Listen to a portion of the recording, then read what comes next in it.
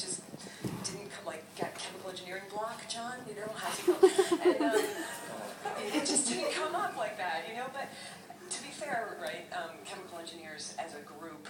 haven't really earned a reputation over the centuries for being alcoholic manic depressives,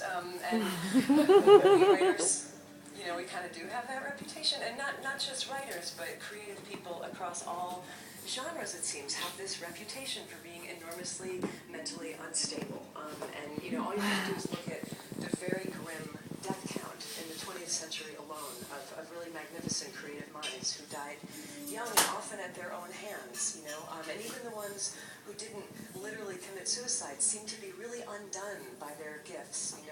Norman Mailer, just before he died, last interview, he said, "Every one of my books has killed me a little more."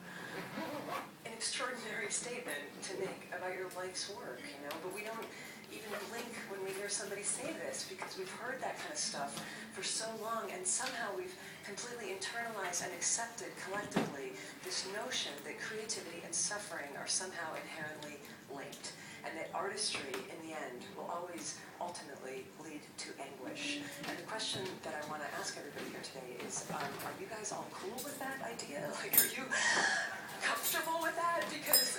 you look at it even from an inch away, and I'm not at all comfortable with that assumption. I think it's odious, and I also think it's dangerous, and I don't want to see it perpetuated into the next century. I think better if we encourage, our great creative minds to live, and I definitely know that